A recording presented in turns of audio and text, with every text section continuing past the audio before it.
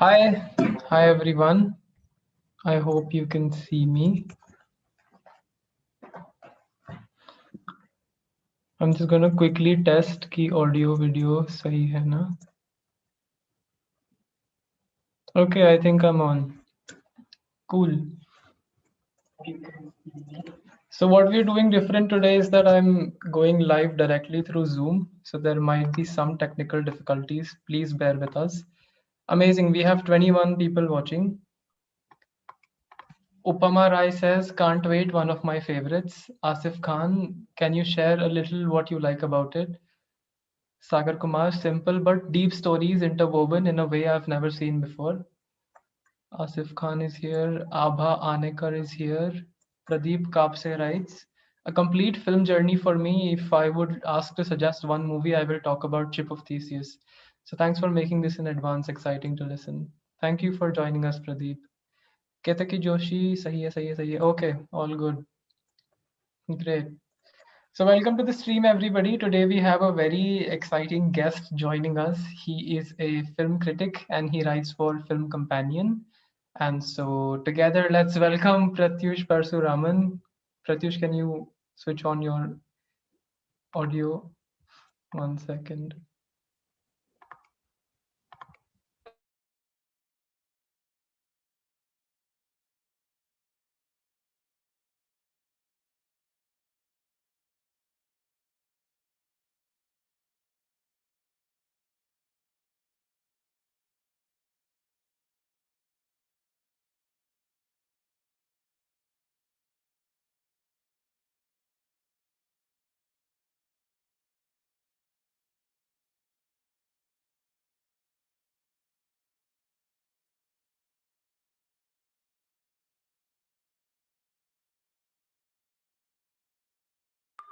Okay.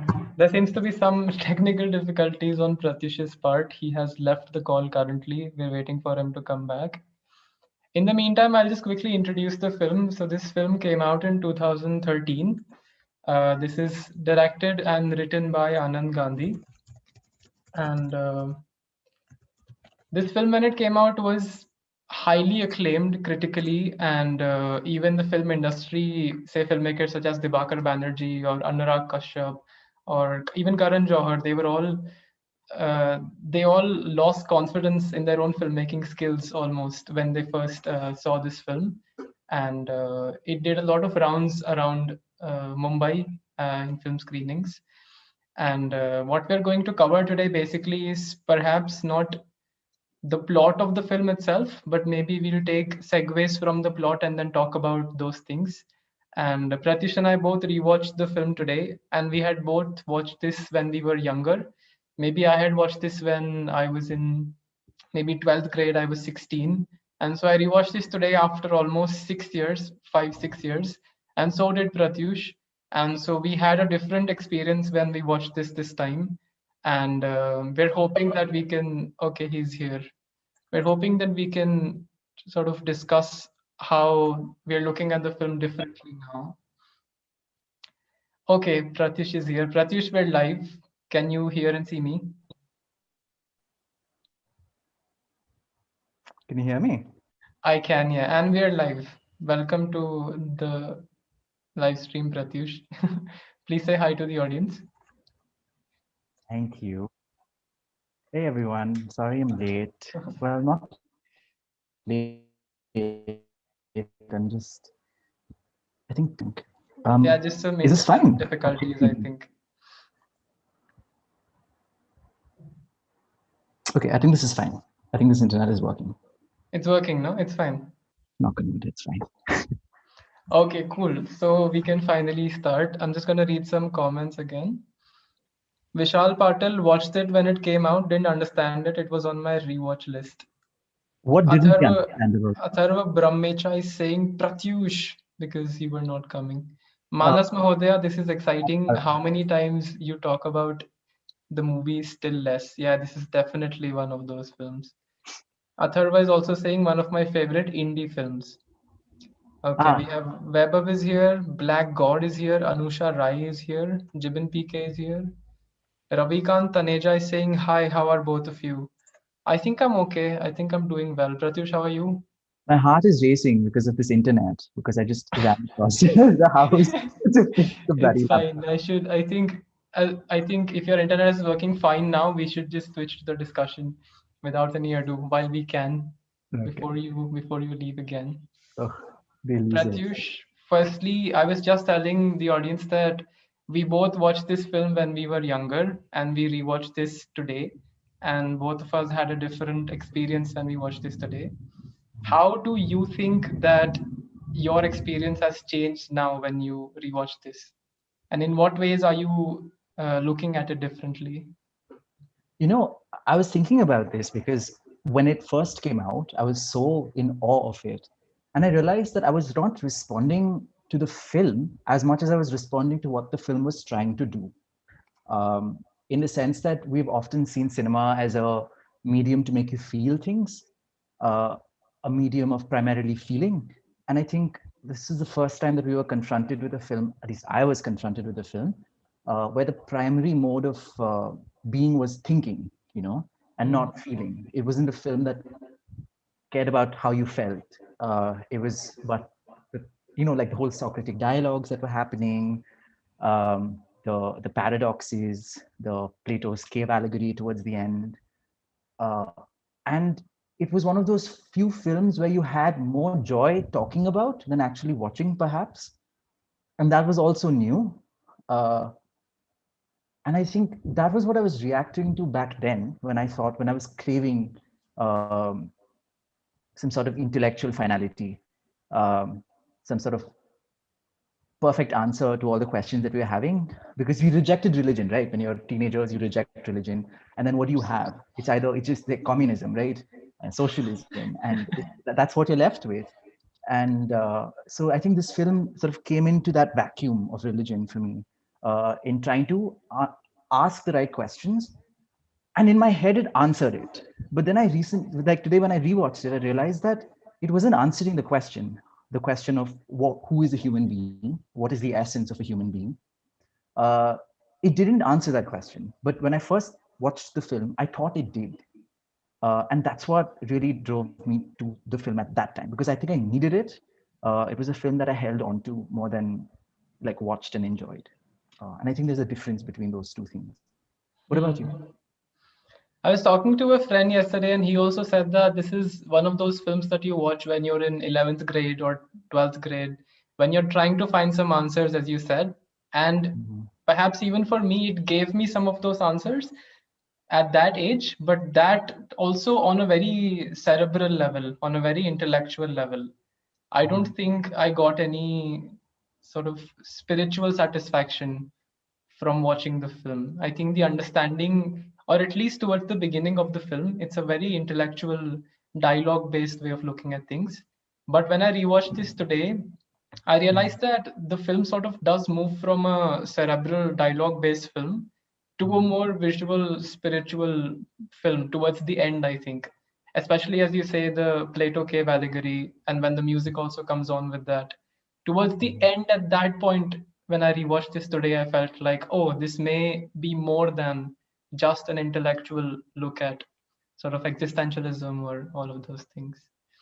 But when Mhm. I rewatched this today, I also feel like since I feel like now I'm not looking for that validation, and so I could look at that film in a different lens, and I Right. could focus more perhaps on the characters or the dialogues and even the visuals. But you didn't like the characters, right? You didn't like the characterization in the film.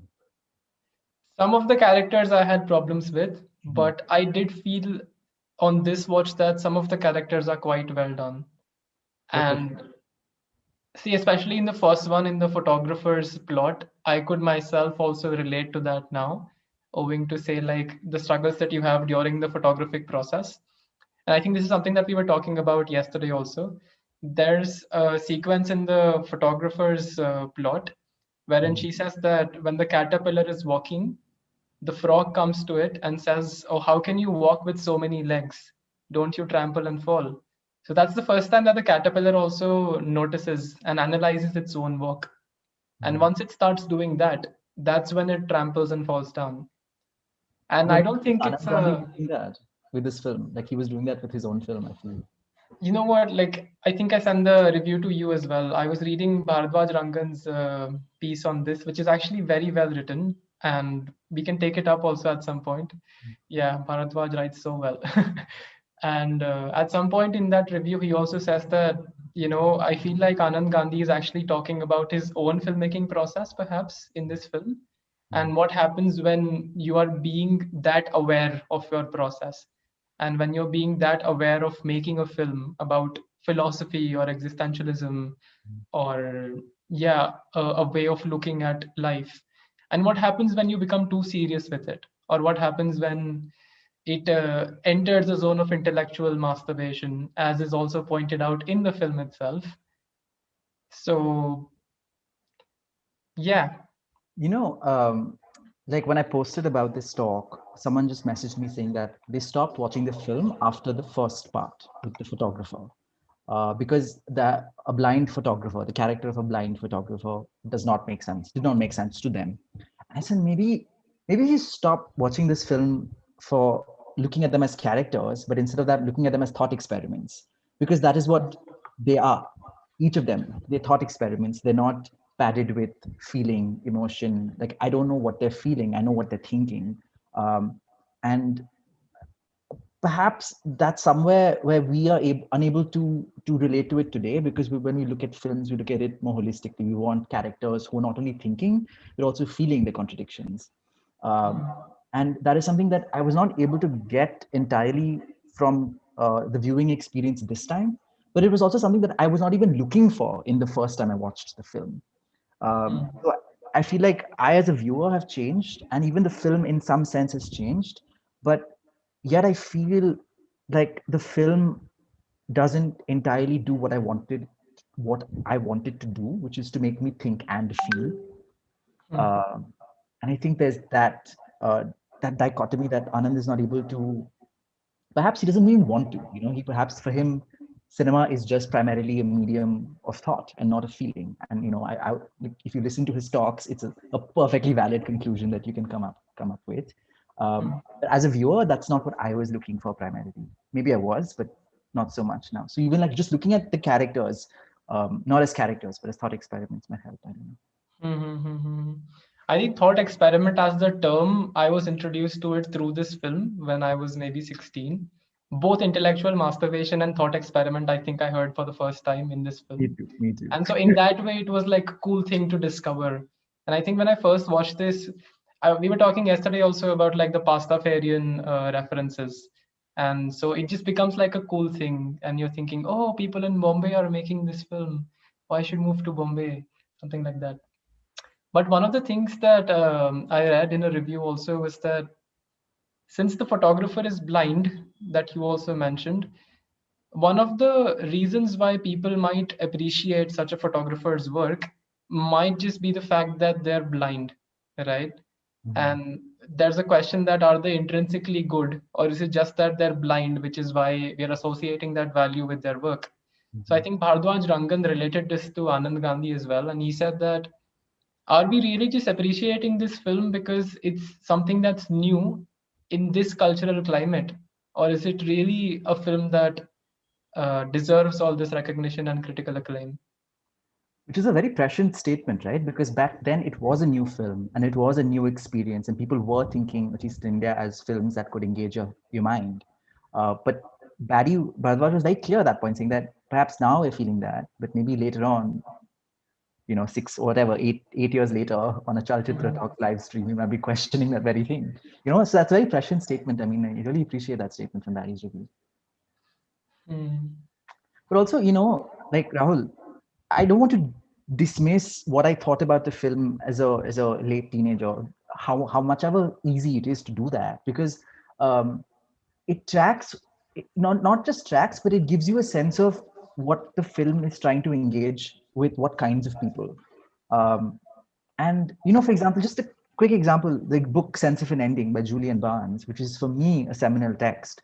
The first time I read the book, it came to me as a brilliant book because of the phrases they used. So phrases like philosophically self-evident, like phrases like intellectual masturbation in the movie, and you start using these phrases in real life and you think, oh wow, okay, I'm really connecting with this work of art. But then you come back to it later and you're sort of fortified with a different kind of expectation. I'm not saying that you've grown as a person, you're just fortified differently. You've sort of moved around your thoughts and you react to it differently. But that doesn't mean we dismiss what we thought of the film only. It's so easy to do that. Like I did that for how many years Hmm. that we watched it. I dismissed my opinion that I had about the film. Uh, Hmm. and maybe there's like some confluence between like whatever the 25-year-old Prathyush and the 18-year-old Prathyush were thinking. Um, I'm not there yet, intellectually at least, but maybe there is a space for that dialogue to happen. Hmm. No, I agree with you. I think the film did work for me more now, in fact, I think when I watched it. I did have my problems with certain characters and certain dialogues in that they felt like, and I think Barry also pointed this out that, say, and he used the example of Woody Allen, which is a rather ambitious correlation and comparison, but, and he said that when Woody Allen, say, in his more heavier films, is talking to the camera and he's talking about existential problems, Mhm. we can still see the character, we can still sense the character from it. But say, for example, in this film, when Chakrava is talking to the monk's character, it just, you're listening to the director. It just seems like the director is planting those lines through his mouth. Doesn't really feel like the character is really saying all those things. Did you have that problem as well? Did you buy his character or? I didn't, but like I said, I don't have to buy the character. The point of the character isn't to buy into it, but to think of what they're thinking, to use them as props to fortify our way of looking at the world. These are not like these are films that they don't make you feel anything. They just make you want to think through things and talk through things. You want to call your best friend and like drink and talk about it. That's the kind of movie it is, I felt. It's not like, for example, after we watched Pain and Glory, Almodovar's Pain and Glory at Mami, we were a wreck. Like, it was such an emotionally um, primitive film almost. Like, it just like tapped into something that's so primal in us. This film doesn't do that. It's not even attempting to do that. So there's no point talking about that, I feel, because that's not what he was trying to do at all. He was just trying to use these characters as props, like what he's doing with this board game, for example. Like, I don't think the board game was meant to be like, oh, let's, it has an element of fun to it, the way that this element has a fun to it, but that's not the primary reason for it. The primary reason is to make you think about certain things in ways that you haven't otherwise. Hmm, that's true. In fact, when I watched this time, towards the end, say especially with the cave scene and especially when they all come together, I think it worked for me like as an entire piece. And when I was moving through it, I realized that how he has juxtaposed the plots and the rhythm of the film. Say, for example, when we're looking at the plot of the monk, Mhm. which supposedly should be the more spiritual plot, and you should be feeling that way as an audience member also. But I feel like in during that plot, I was feeling like it's mostly cerebral and mostly intellectual. Mhm. But it was in fact in the last plot when we're looking at the salesperson, at the salesman, the financial The person. broker. That's when he actually has a more spiritual journey, and he has a quest to find goodness in himself in a way. And I was reading also somewhere that, since it's a triptych, this film, Mhm. and it basically, I think, centers around, it said that the classical Indian trinity of Satyam, Shivam, Sundaram. Oh God, that's. I feel like I want to roll my eyes, but go for it. But I feel like that might be what he was trying to do in terms of, say, truth, righteousness, and beauty. The plots do fit in some What is senses. truth then? What would truth be? The truth would be the monk's one because he was trying to find some kind of answers. And beauty, The I'm beauty assuming. would be, I think, the first plot when she's getting new eyes, I think. Mm, okay. Perhaps. I mean, I'm not, but it's just like a very like, I don't think it adds to my thinking of the film because these are just frameworks to think, right? They're not frameworks. But what was your favorite plot of the three? I was thinking about that. For me, the film worked visually so well. Pankaj Kumar's cinematography was just so stunning. I don't think I've ever seen the kind of images that I have in this film at that time. And he's also, I mean, if you see his work since Ship of Theseus, also he's very consistent with the way his camera tracks, the way he zooms in. Um, so for me, the reason I love the second part of the triptych best was, I think, the visuals. I'm not entirely sure. I'm not able to like extricate the visuals from the plot, from this, from that. But just in the amount of awe I felt in me when watching it, the second one really worked. The first one, I learned a lot of things from, in the sense, Saskins, the perfumer from Saskin, uh, how to vector a photograph. Like, I didn't know what vectoring was. Um, so I think this is the kind of film that you want to take notes while watching, which I don't know if it's a good thing or a bad thing. And I think I took a lot of notes in the first part, but I was just in awe in the second part. And the third part was just, I don't know, it didn't do anything for me. I don't know why. Uh, Hmm. Maybe it was an overdose of the first two that I was like, what more does he want to say? But then it all really wrapped up in the end for me. Like when all three of them showed up, it wasn't something that I expected the first time, and I was like, it came together. The whole thing came together for me, which is very rare for a story with three such disparate ideas. That's true. I did feel like the first two plots, by the way, somebody in the live chat has said that you guys are dishing the film. I do want to clarify that I loved the film actually when I watched Yeah, this yeah, no, film. no, no. I actually loved the film Yeah, yeah, so me too.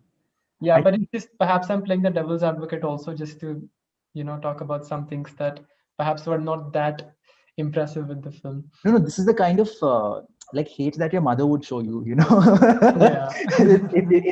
It's not a hate. It's a kind of criticism that comes out of deep love. Like I'm so in awe of what he was trying to do, what he did Hmm. um, back then and now, and so like I'm feeling even more bad about the flaws that come out of it. I'm almost feeling personally offended by the flaws I because think we were talking yesterday also that it's actually so commendable that somebody was able to weave a plot around this simple basic idea and absolutely also use a philosophy. triptych to actually prove the point. And if not answer, then at least get people to think about this philosophy. Absolutely. Philosophy is so hard to show visually. I mean, philosophy is so hard to first of all read. Hmm. And then for him to take it and then show it visually, not just show it visually, to start off with it. He started off with the paradox of Theseus um, in a way that didn't, at that time, and still didn't make me feel like I'm stupid and I'm being talked down to. Maybe in a few parts it did, in a few dialogue exchanges, but for the most part, the film wasn't intimidating at all. And now I feel like I'm overcompensating by praising the film. I love the film. So, but Yeah, whatever we shouldn't do criticisms are that. We coming should from just that, talk yeah, about it, yeah, I think, because yeah, now yeah. So what I was talking about the first two plots, one of the things that I noticed this time, perhaps in the gap that I'm watching this film now after, I've also learned to like maybe recognize visual cues or visual metaphors. So okay. one of them obviously was that we were talking about yesterday also that during the photographer's journey when she's at the mountains and her lens cap falls off. It's such a beautiful moment when she's at the mountains and then the lens cap falls down and she keeps the camera inside the bag like that.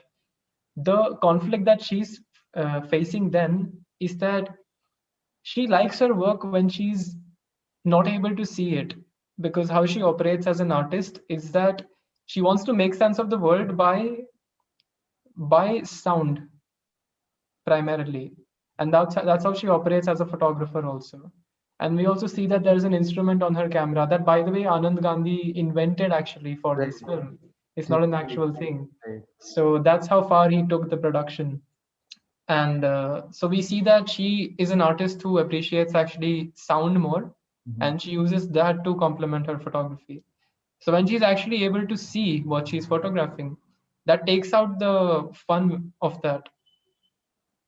And that's how we also see towards the end, which is also rather an obvious metaphor, but her lens cap falls off and then she's able to see and the lens is always open.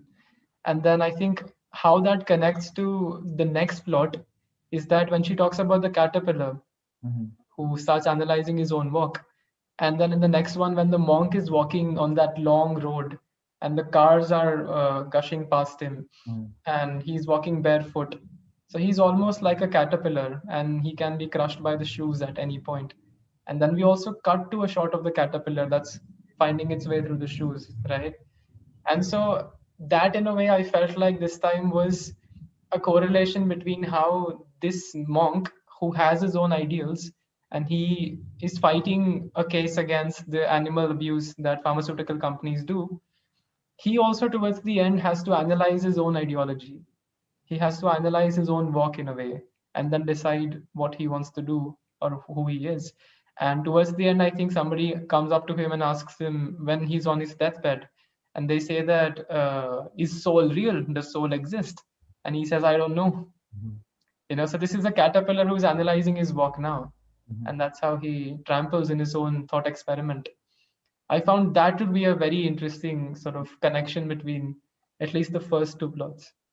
You know, the two things. One is about him on his deathbed, and I mean, I've often seen this where, for example, in Balraj Sahni, the actor, the writer actor, he was a staunch Marxist through his whole life, but when he neared his death, he started reading the Guru Granth Sahib.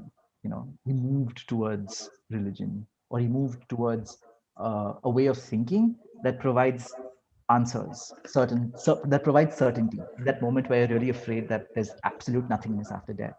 And I think I can only see that with respect. I don't know if he was rethinking his I don't know if Maitreya was rethinking his ideology because of what happened before, or the fact that he's just reaching his death and he's finally confronted with the absolute nothingness that death can be. Um, so I think that is one thing. And the second thing is, in the final scene where we see all of them together, he's not wearing his dhoti, he's wearing a pant shirt. Exactly. And I I was noticed that. wondering if Anand is here on the live stream, I would want to ask him what happens to Maitre after this. Does he, because he's given up the clothing clearly. What else has he given up? Does What he? is your assumption? What do you think changed in him as a character? I don't Because know. this is a man now who has had to sort of give up on his ideology. Like you can't be fighting a case for against pharmaceutical companies but still using their medicines. You know, I the worry about the question is that we have just entire Maitreya's character is just his ideology. Like if you're asking who he is, it's his ideology based on the film, what Anand has written and shown. So once we remove the ideology, I don't know who he is anymore. So I don't know how he's going to react to. I don't know Mm, what his background is, his family is. I don't know who he is as a person. I don't get a sense of him. true. Again, I don't want to look at this as a narrative loophole. Like I said, I think the character is a thought experiment. So Mm, that is one part of it. And the other thing is, I think the allure of the film at that point was you're having these characters who are living their lives as manifestos, you know? And the older well, not older, well, it's the 5 years that have passed since I first watched it, I've just realized that to live your life as a manifesto is so um, almost pretentious after a point because you're aware of what your feelings are, you're aware of what your proclivities are, and yet you're doing something else because a background ideology that you have bought into is saying that you have to do XYZ. uh, mm, and I think that's what the first time I really caught on to, the fact that, oh, these are characters living as manifestos, right? And the second time I watched it today, it was like, oh, but look at where these characters ended up. mm. uh, I don't know if Alia is a photographer anymore. I don't know because for her, she says that she took up photography after she lost her eyesight, almost as a Uh-huh. compensation for it. You know, and Yeah. now that she got her eyesight back, does she still want to photograph? You know, um, In a while way, I feel like all the characters might have stopped doing what they were doing. Because if you look at the monk, he's also given up his ideology. And I really doubt if the finance salesman can go back to doing that now. Since now he knows that I think the character journey with him is that he realizes that, and I think this is something that his grandmother is also trying to point out to him continuously that, oh, but why do you not care about what your impact on the society is? The actions have consequences. And so he learns that in his own time, right?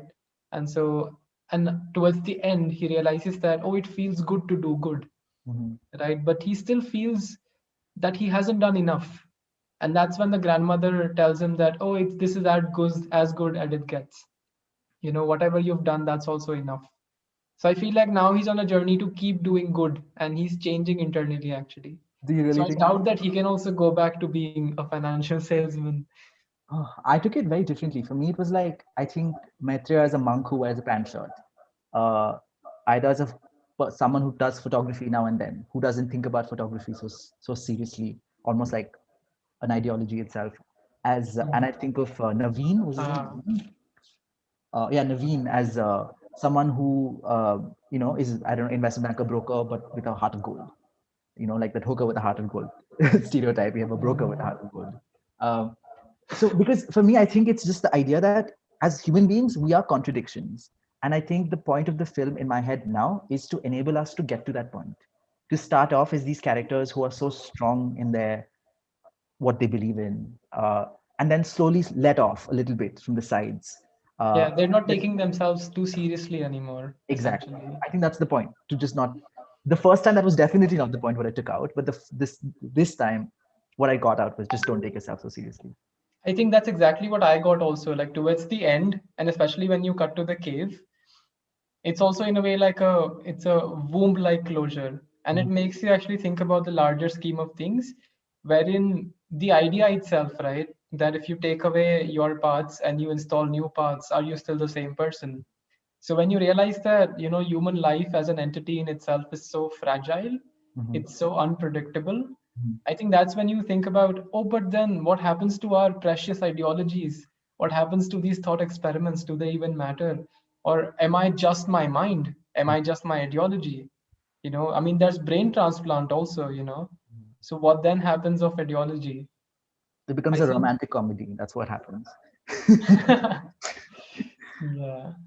I think we were also discussing that if we can digest philosophy in drama, I think I was giving you the example of The Lobster, which is a more dark comedy. It's a more satirical take Mm. on philosophy, I would say. So philosophy in drama, I think, which is something that Anand has tried to explore in this film.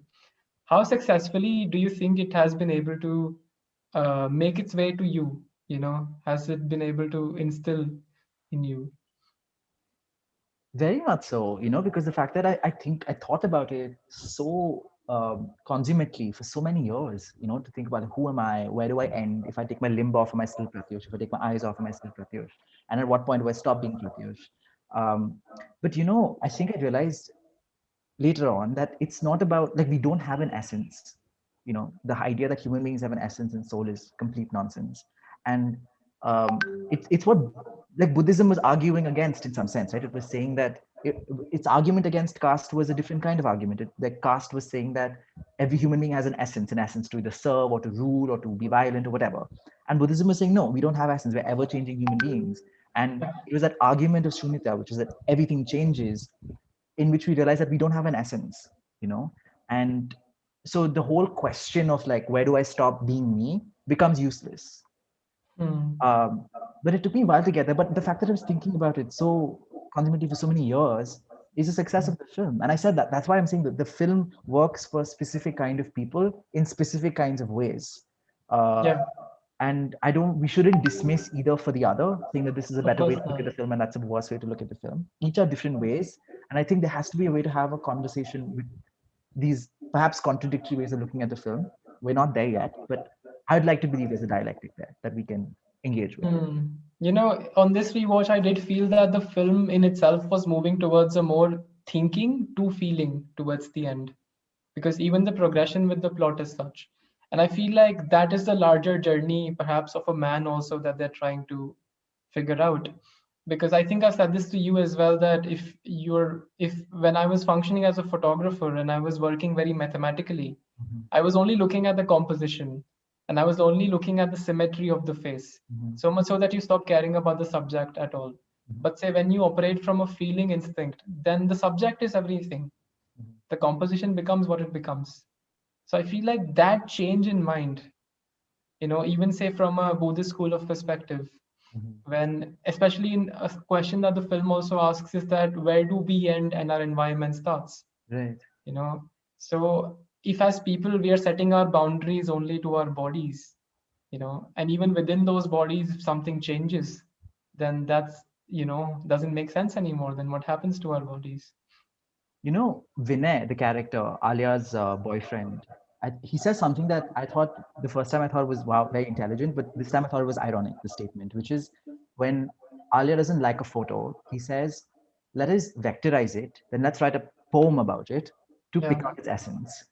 The yeah, first time I watched it, I remember very distinctly this line. I was like, wow, poetry can be used to capture the essence of something like the perfumer in Susskind's novel, for example. Like you can capture it and you can put it in a bottle and it's here. This poem, this is the essence of it. But this time I watched it, I thought he was joking. I thought he was being ironic.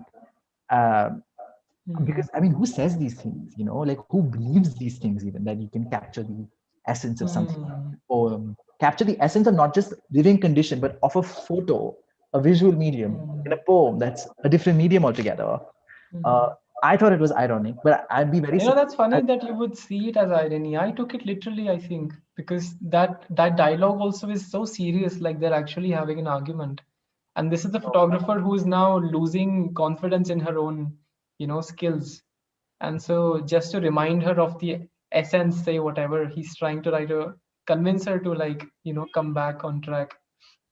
But I think this is something that he also says to her. He says that, but why are you being so conscious about your art form? This should be intuitive. Right. It should come out of you. But the thing is that as soon as she gets eyes, she starts being more calculative about it. And she starts being more conscious about what she's photographing. As opposed to when you can only hear stuff, then you're just working on intuition, obviously. No, that makes sense. It's just that I can't. It struck me as ironic because I thought he was being Hmm. sarcastic in that moment because he was like, Yeah. But actually, it was a very outside of good what the to watch. character was Right. trying to do, also, it's just very interesting that, you would see it as that on that rewatch, no? I couldn't help It, because I can't imagine people like that who are so you'd patient be to write surprised. poetry about photos. Um, but yeah, I think that's what I'm very interested because I'm trying to track exactly what all I saw the first time I watched it because it was such a it was such a formative experience that I remember so much of it.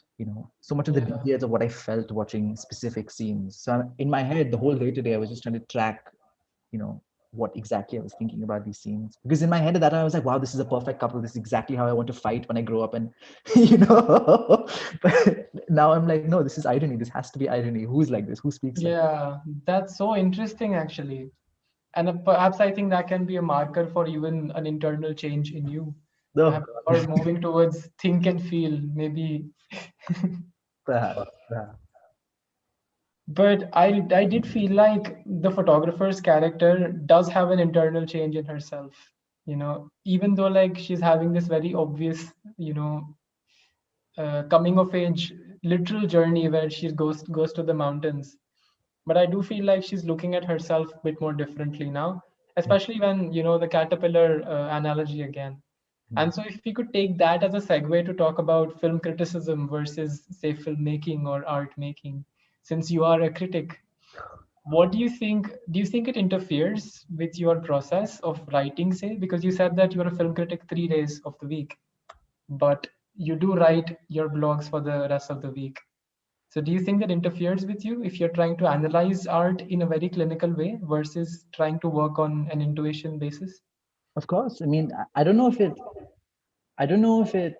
Um, See, the experience of watching a movie is very complicated, because I mean, I've spoken to you about this. It's like when you're watching a movie and you're in your head, you're thinking, oh, that's a beautiful shot. I want to write about that in my review. Are you taking away from the experience of watching the film? Um, and there's no one answer to it, because you see a lot of critics who come into the theater with their notepad and they look down and they write and they take notes when something is going on the screen. And you can make a very easy argument saying that you're taking away from the experience of immersing yourself in the screen and what's happening. I don't necessarily think that's true, especially now because now we don't go to theaters anymore. And most of the films that I watch are not even on my lap. Even if I'm watching them on my laptop is like 4 scratch marks across the screen. I watch them on my phone, which has like a tone cover. So like I'm watching it through like this very weird filter. But Yeah. for me, a film experience is whatever you make of it. you know if it is the fact that you're thinking through the film, so be it. If it's the fact that you're feeling through the film, so be it. If you're thinking through it to write later, so be it. If you're thinking through it to talk about it with someone later, so be it. I think the moment we start creating these hierarchies saying that, oh, the best way to watch the film is to completely surrender, put your phone switch off, this, um, a certain uneasiness creeps in, a certain almost like a tick box way of looking at watching a movie. But the fact is that the films that we watch are, there's no one way to watch it. The New Yorker posted a wonderful article when Emily in Paris came out, calling it ambient television. where you can put it on your laptop and then you can go do other stuff and then come back, but you can still pay attention to it in some way. Are you going to say that's not pure watching? Are you going to say that no, no, no, you're supposed to sit and watch Emily in Paris in 1 point speed, uh, and just diligently pay attention to all the costumes? You can say that. I'm not saying you shouldn't say that, but like for me, it's I don't want I to. hardly doubt there's a pure way of looking at films. I think I do agree with you in that, a film watching experience becomes whatever you make of it. But do you think that it does hinder in your process of writing? Is there a switch that happens in your mind when you're going from being a critic to a writer?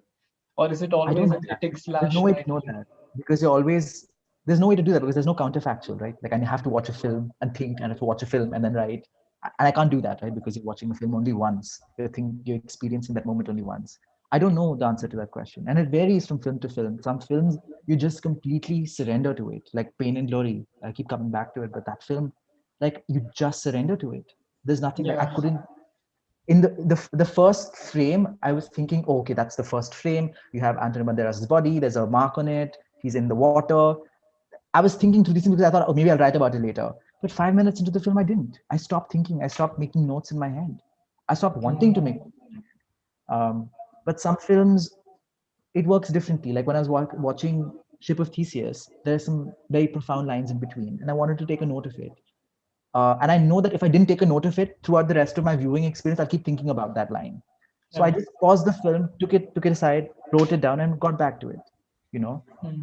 it works differently for different films, and I think you have to just figure out your relationship to the medium and try to not sort of congeal it onto one kind of viewing experience or a hierarchy of viewing experiences, if that makes sense.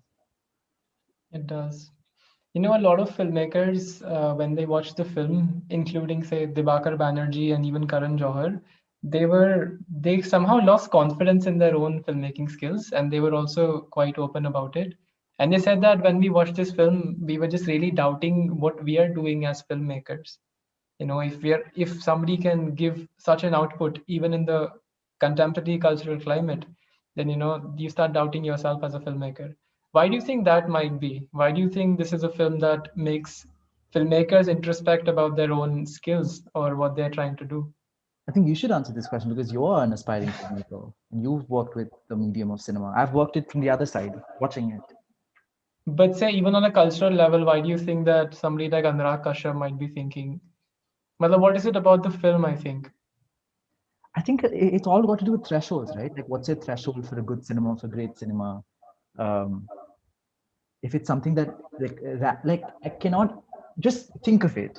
Taking an philosophical allegory by a Greek philosopher who lived millennia ago to make a contemporary Indian film in 2012 that is Yeah. entertaining, that you don't want to take your eyes off for a moment, that is also moving certain boundaries in certain ways. It is Hmm. revolutionary. You can't not feel intimidated by it. You can't not look at it and think, I wish I made that film. I wish I thought like that. I wish I could take Descartes' dualism or meditations and philosophy and then make it into a movie or a series.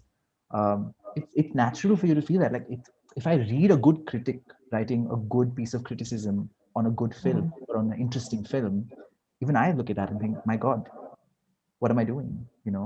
Um, so it's everywhere. It's the function of thresholds is to make you constantly question what you're doing. So I don't know if it's specific to film, but I think maybe you can answer that. If you think it's specific to film, there's something specific to filmmaking that's going on in these. When I first watched this film, when I was, say, 16, I did feel like this is what I want to make. I did have that feeling like, not that I wish I had written this, but oh, I wish that I do write something like this, that it has that impact on viewers. But I think when I rewatch this now, I could just see it as a film and sort of not look at myself as a filmmaker. And it really worked for me, I think, this time, especially in a sense of moving towards feeling than thinking.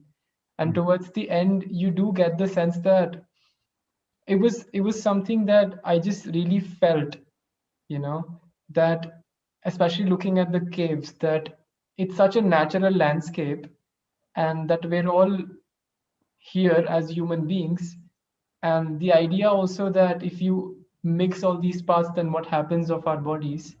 It just made me feel about history. It made me feel about all the things that have already happened in this world and the vastness of it.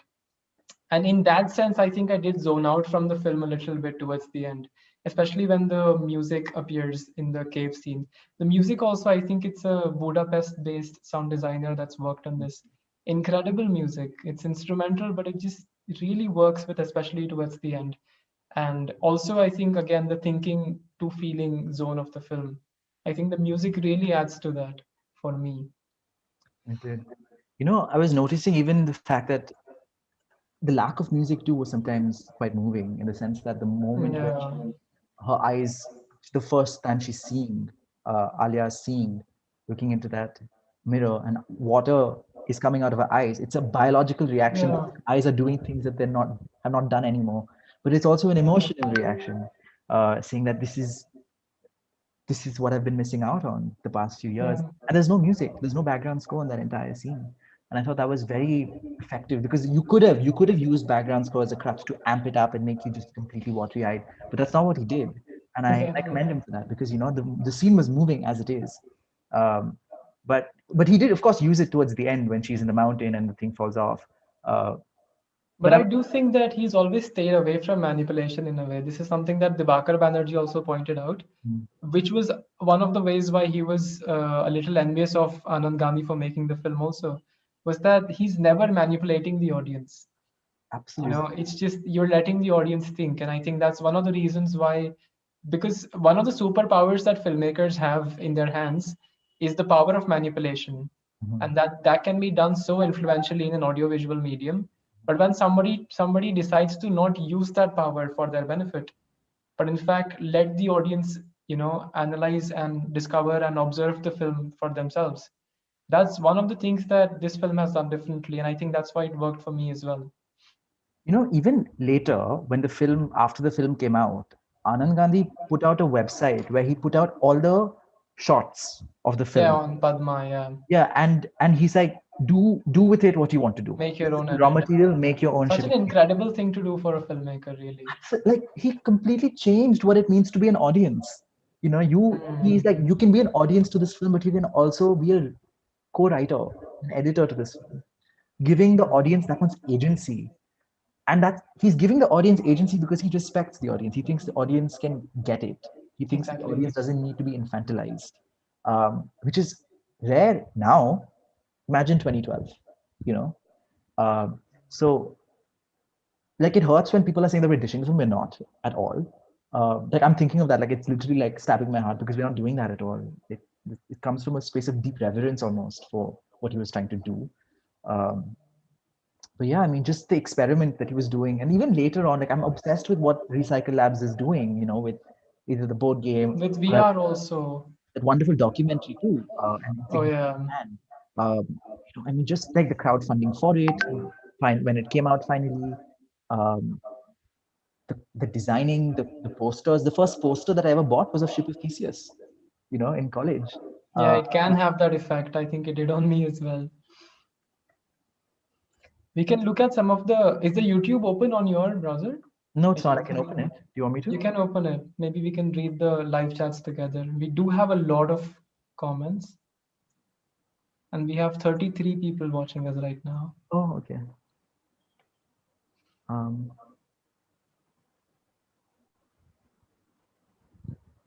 hold on. Mr. Pink says concept is intellectual but conveyed through emotion.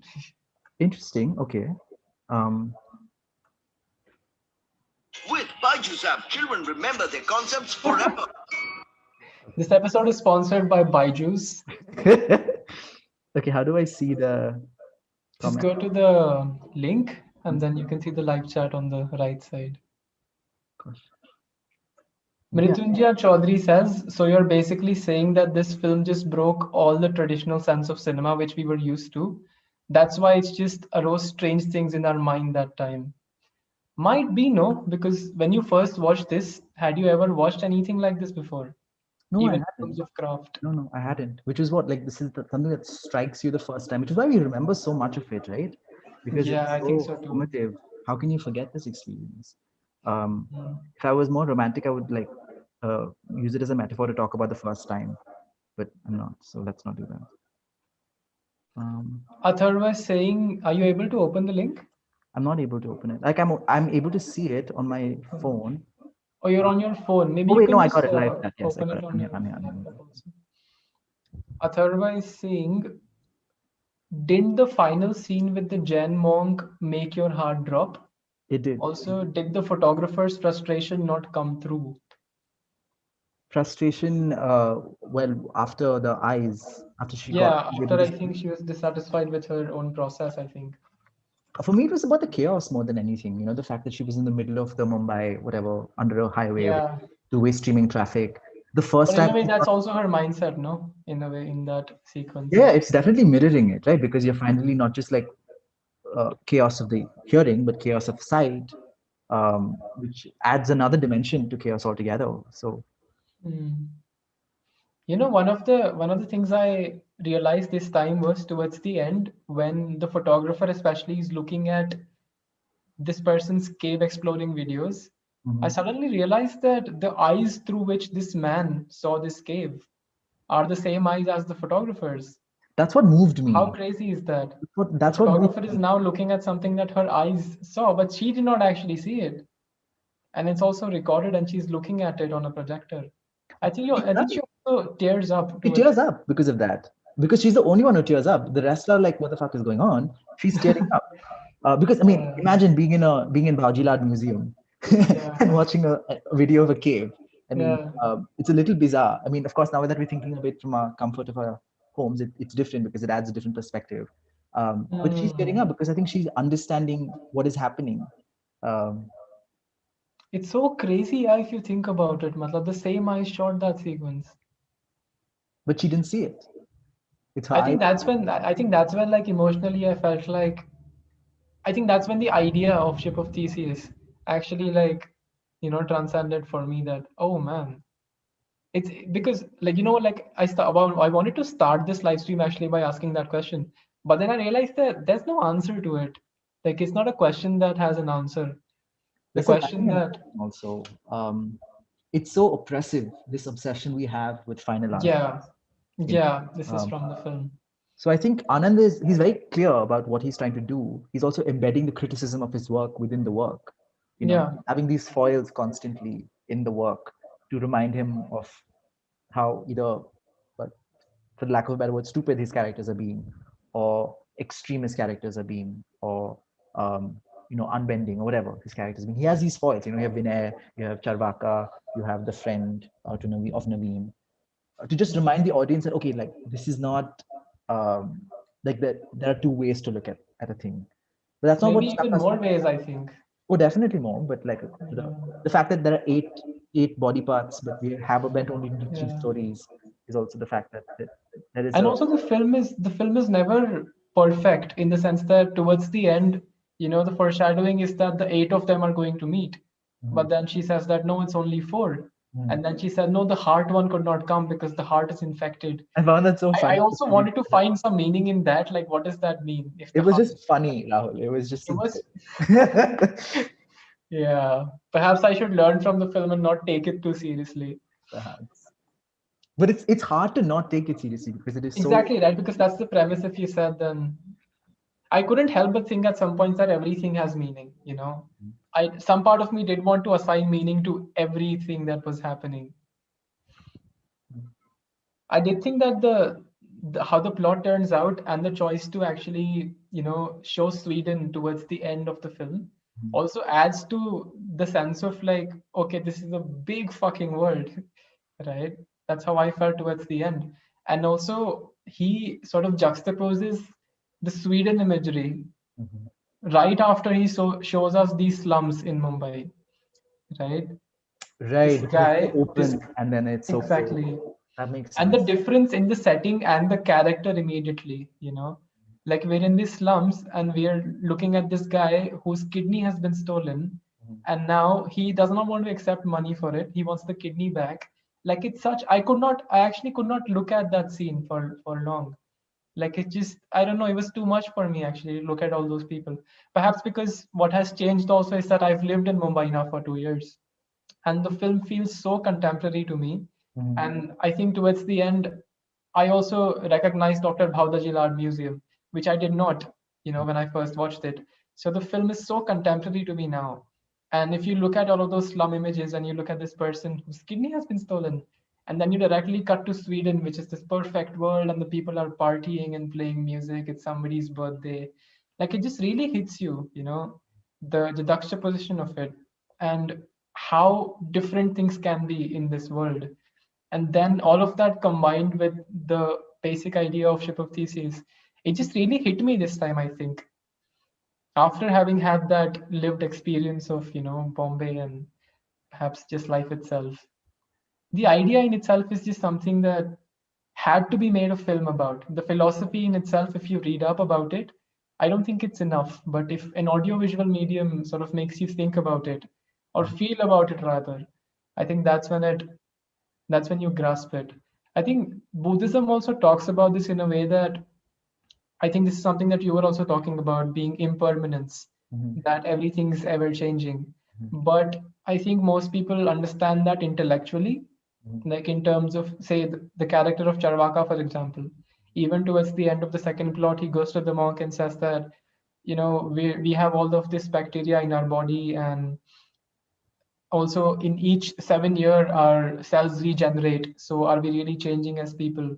And so he also says that some part of me is fascinated by the fact that my organ was once in an animal and what I'm made of was once an animal. But I feel like that's also a very intellectual way of looking at it. But Buddhism also argues that you have to understand impermanence on a spiritual level. You have to understand it on an experiential level.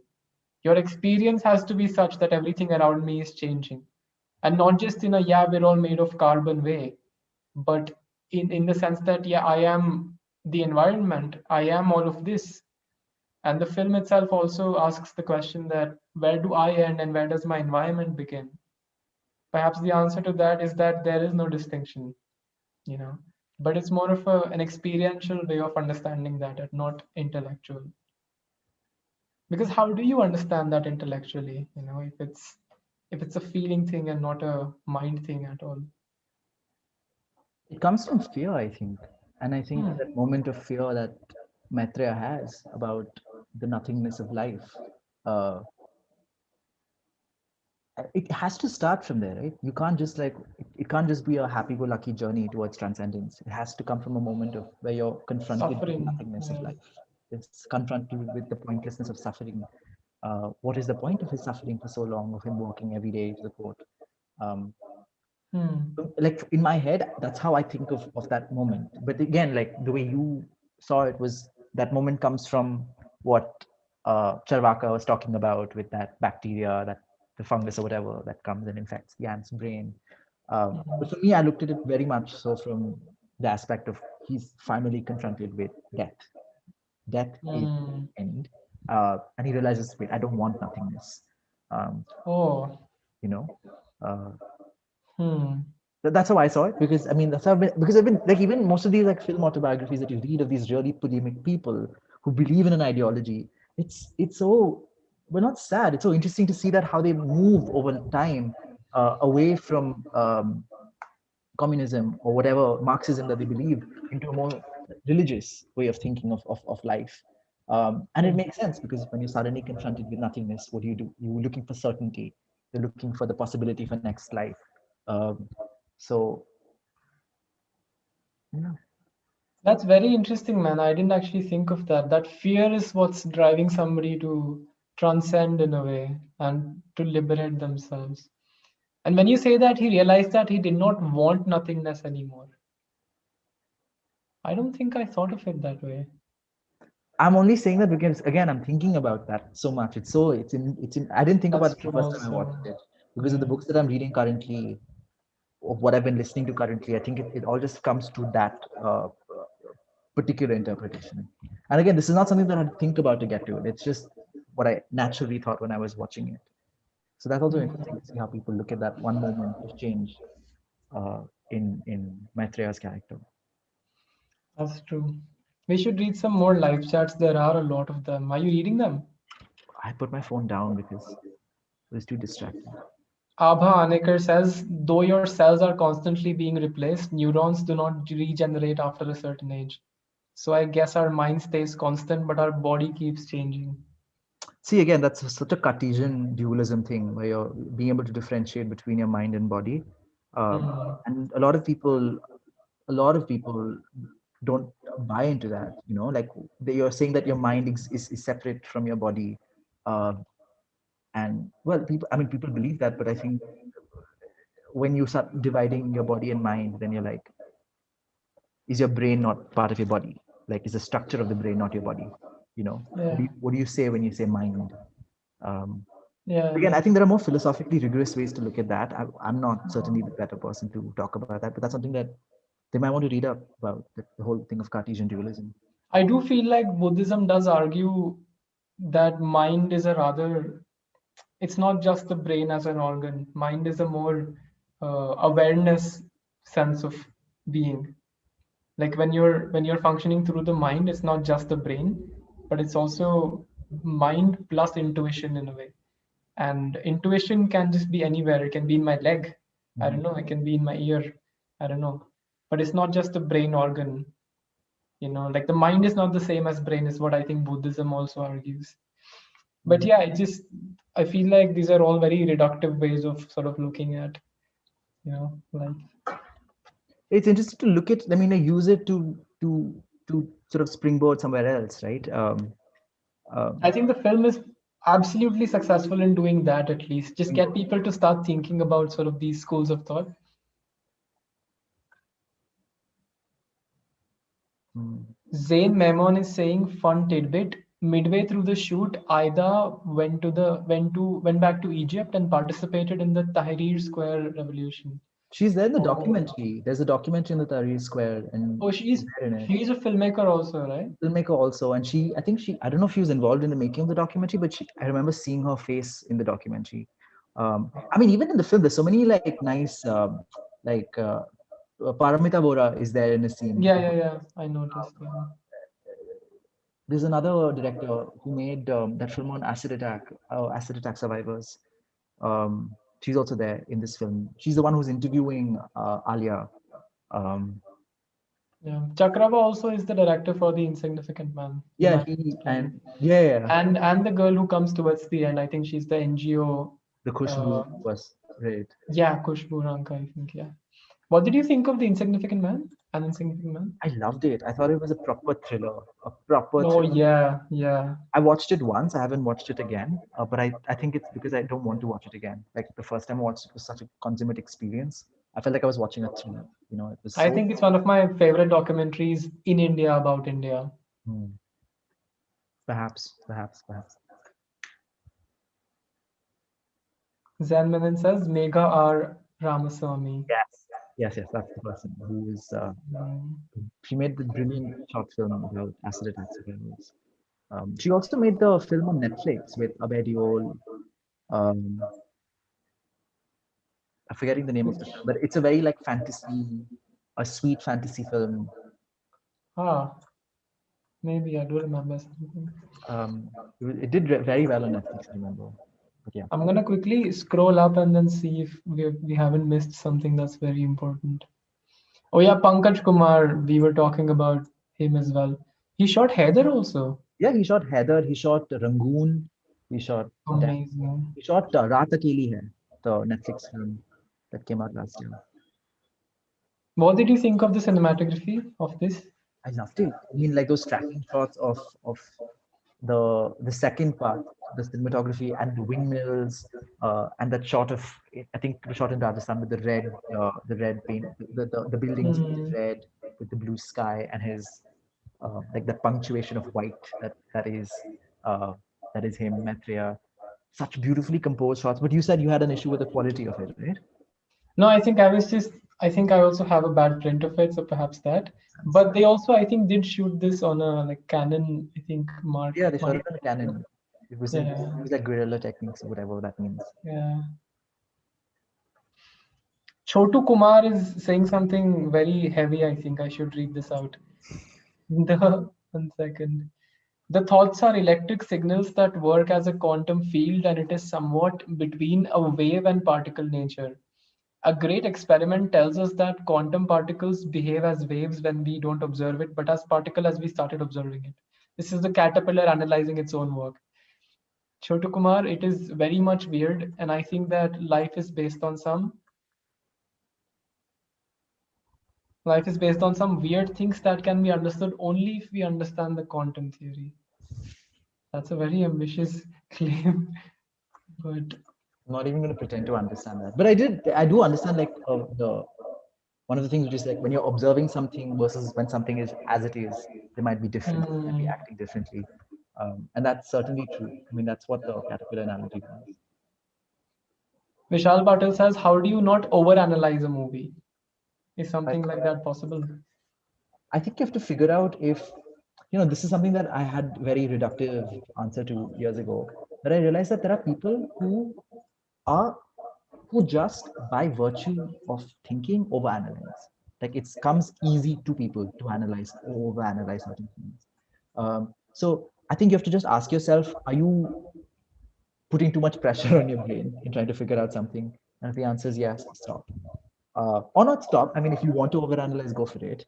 But the thing is that for some people, overanalyzing is just part of how they analyze. For them, overanalysis is analysis. And so for us to sit here and say, no, don't do what comes naturally to you is a bit awful. One of the things that changed it for me was during the Young Critics Lab in 2019. I think at some point Bhardwaj Rangan said that a lot of sort of the cinephile types, they tend to look at even the singing, dancing Bollywood films through a very European cinema lens, right? And if you go in with that expectation, then you're going to be disappointed, obviously. But you need to keep in mind that this is what the filmmaker wanted to make. This is a format that the filmmaker wanted to try, and this is his method of doing it. And this is his method of storytelling. It does bother some people that, the characters break into an item number at any point in the story, and perhaps that hampers their experience of the plot. But look at it as a format. That's what the filmmaker wanted to make. I think that really changed it for me because you move from a dismissive zone to, you think that, oh, but that's what they're making. So I'm just gonna look at it from, what I can get from it and what I can understand. Absolutely. And I think now when you are, I think, sort of looking at even say the mainstream Bollywood films and you're writing about it, what I really like about your writing is that you are looking at it from your perspective, and that's what you're writing. Not just what you found wrong about the film or what was right, but more in the sense that, like, what was your takeaway and what was your angle of, you know what could be done better, or what the film is trying to say in a way. If it's failing, if it's working, what's working for you? Based on what threshold too, because the threshold varies from film to film, right? In what sense?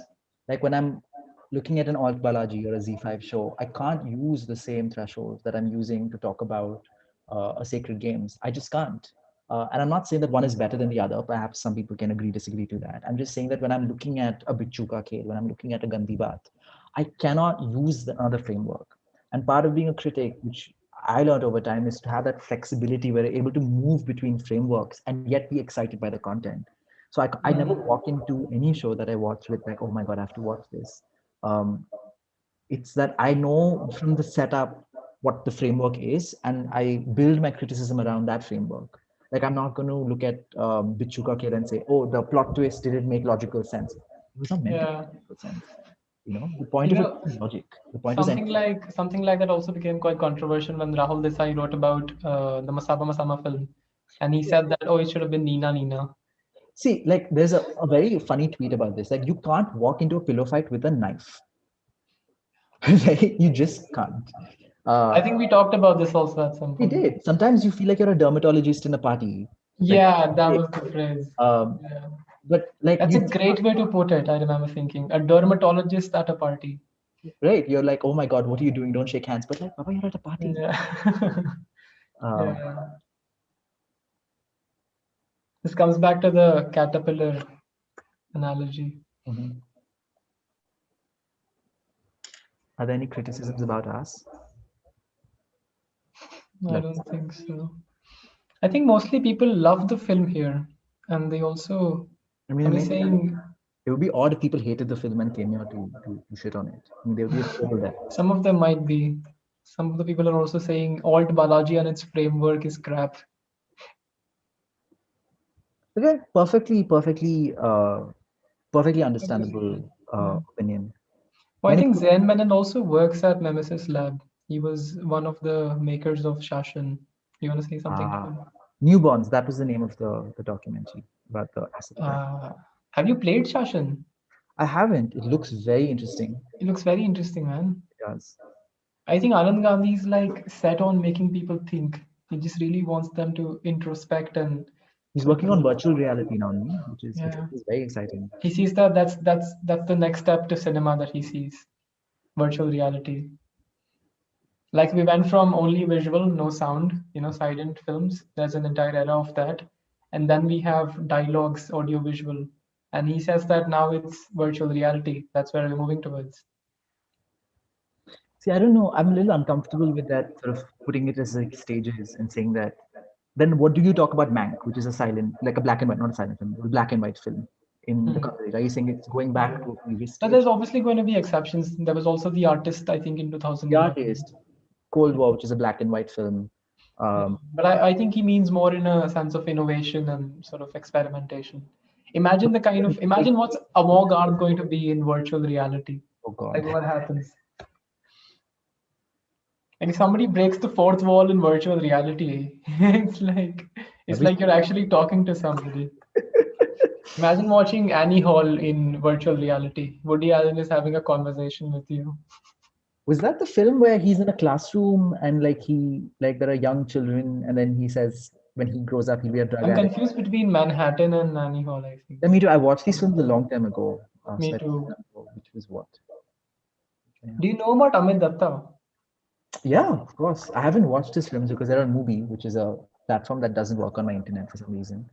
Um, but yeah, his films are all on Movie, right? Amit Datta. They had a Yeah, I website. watched a couple of them, and they're also like exploring philosophy in a way, but they're mostly visual, I think.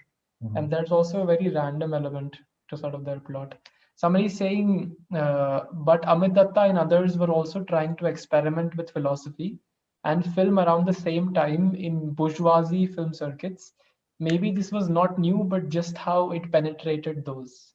Perhaps it's absolutely true. I mean, we were talking about like in Barry's review, he called it cinema verite, the first time cinema verite Yeah. happened. And I felt a little weird about that because I feel like for sure we must have had, but I think this is perhaps the But he first. says, like in contemporary times, this is the closest that we have gotten. Yeah, so I mean, like I'm saying that there might be, but like it's just the fact that this broke through that I do wall. think that Ship of Theseus is what's working for it in a way is that it's more accessible. It is definitely accessible. Like I said, it's It's not so intimidating at accessible. all. It's not at all intimidating to watch. Uh, Yeah. I mean, it can get a little slow at times when it like goes on these with Maitreya and Mm. like shots of just him losing weight ounce by ounce. But I think it makes up for that because the third part of the film is a lot of pacing in it. Yeah, I think so too. I think the editing also on the film, I'm not sure who edited it. Maybe Anand Gandhi did himself, no? Perhaps not sure. So I think in a scene where in the third plot when they're trying to bring the car into the slum area and they're trying to go to the man called Shankar, Mm. and so in that sequence when the car isn't able to get through that very narrow gully, the editing is so chaotic. It just really makes it gets in your head, makes you feel the chaos in there. It keeps cutting from the person to the car to the man who's shouting at them, "What are you doing? Car won't get through." The editing on that is so quick. And you don't know what conversation is being followed through. Is it the conversation about the kidneys? Is it the conversation about getting the car into an Yeah, angle? Like that keeps shifting perspective as well. So that was very interesting. Also, speaking of editing, do you think if they shifted the positions of the films, it would have made? I mean, it's it would again. have made a large difference for me, I think, because as I said, I clearly could see that it's moving from a thinking to a feeling thing now. You start out with this photographer who is thinking too much about her process now, Mm, and then you come to this monk who has stopped thinking about his process mm, and he wants nothing and he gives up on nothingness now, and then you move towards somebody who starts to do something good in his life and he finds out that that works for him. Mm. So you're moving from a thinking to a feeling zone. I think he realizes at some point, the character in the third plot, that it feels good to do good. So it did work for me in that way, that you're moving towards that. If you were to rearrange the film, which sequence would you put first? I'm not sure. I don't think Which there's was one. your favorite sequence though?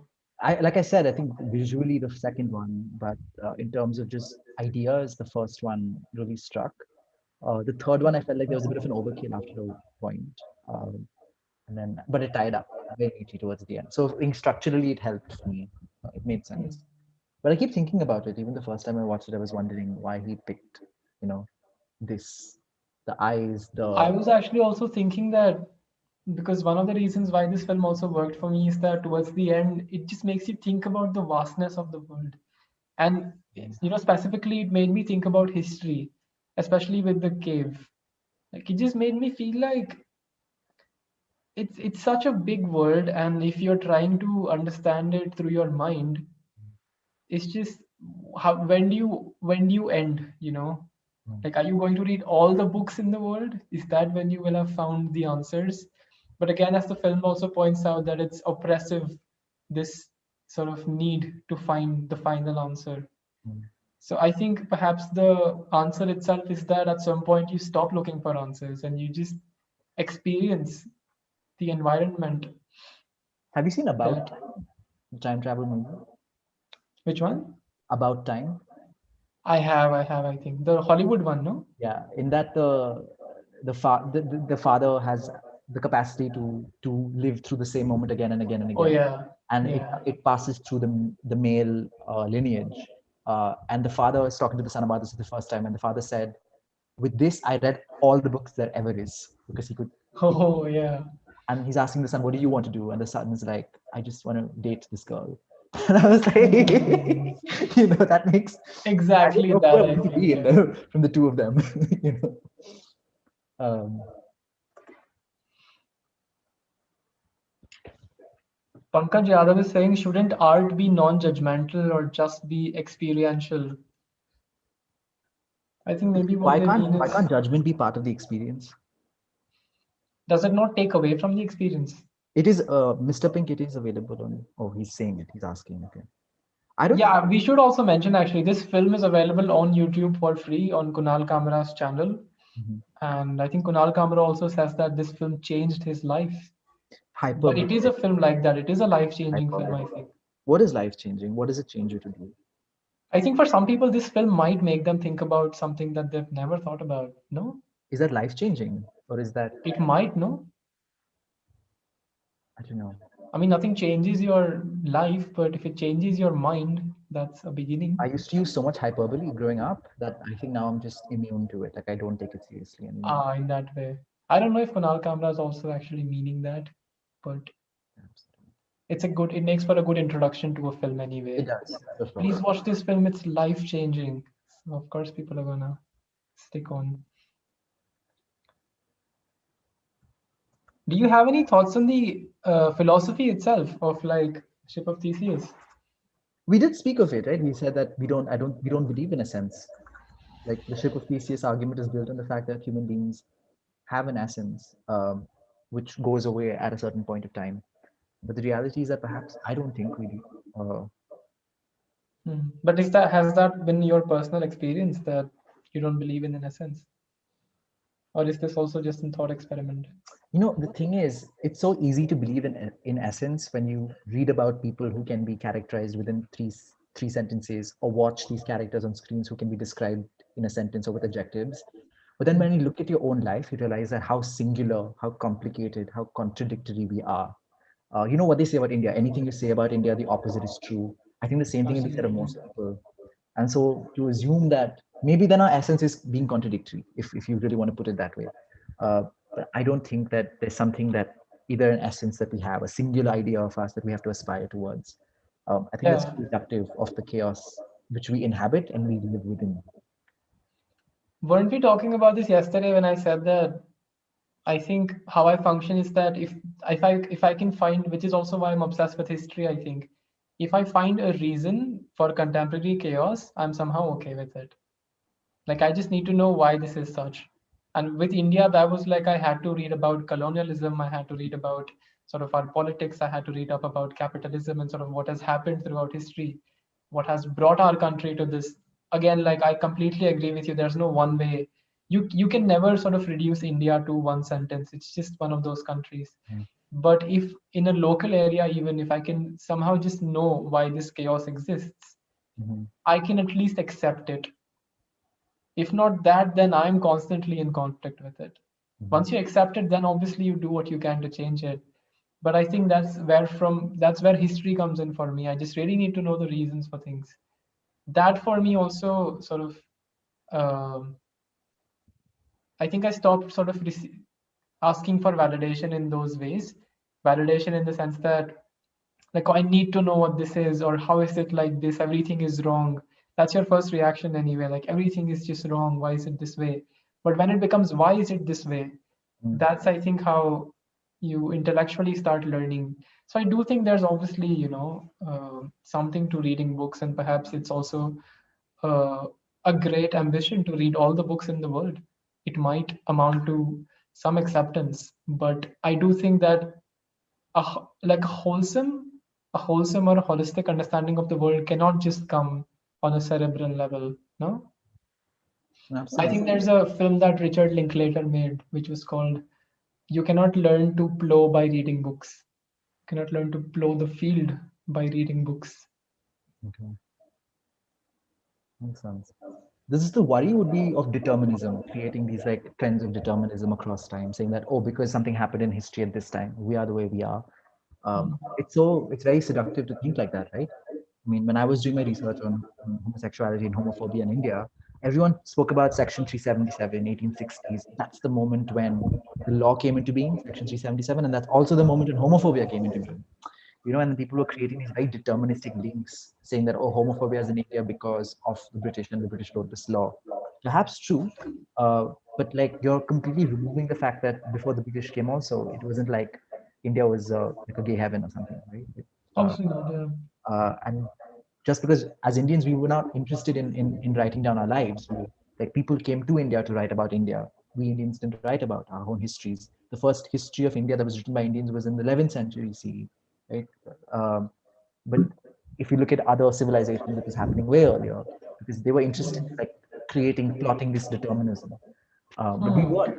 Um, and so to create, it's so seductive to create these determined, like even Guru Dutt, like I was telling you yesterday, to say, oh, Guru Dutt loved shadow puppetry when he was small, and that's why he's using shadows in Pyasa. It's so easy to make that argument, and you want to make that argument, but I'm a little skeptical about that. Hmm. Perhaps I mean that in a more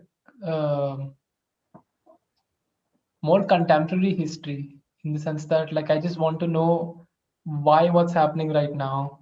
So even in the sense of say Modi government, I just had to read up about the history to know, because when you grow up in this country you just have no idea about any of these things, especially if you grow up in a Hindu family. So you're just oblivious of the entire thing, and so you read up about it and at least you begin to understand. Because I think one of the conflicts with me was that I just could not understand how other people were operating the way that they were. And so I sort of had to bring myself to a point wherein I, as perhaps thought experiment, also look at things from their perspective and sort of counter in perhaps a conditioning. But to get to that point, I did have to do myself some reading, essentially. So it worked for me in that way.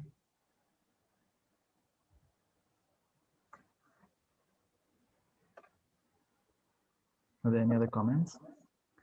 Yeah, I'm just seeing. It was really Are good. there any life-changing films for you? Somebody's asking.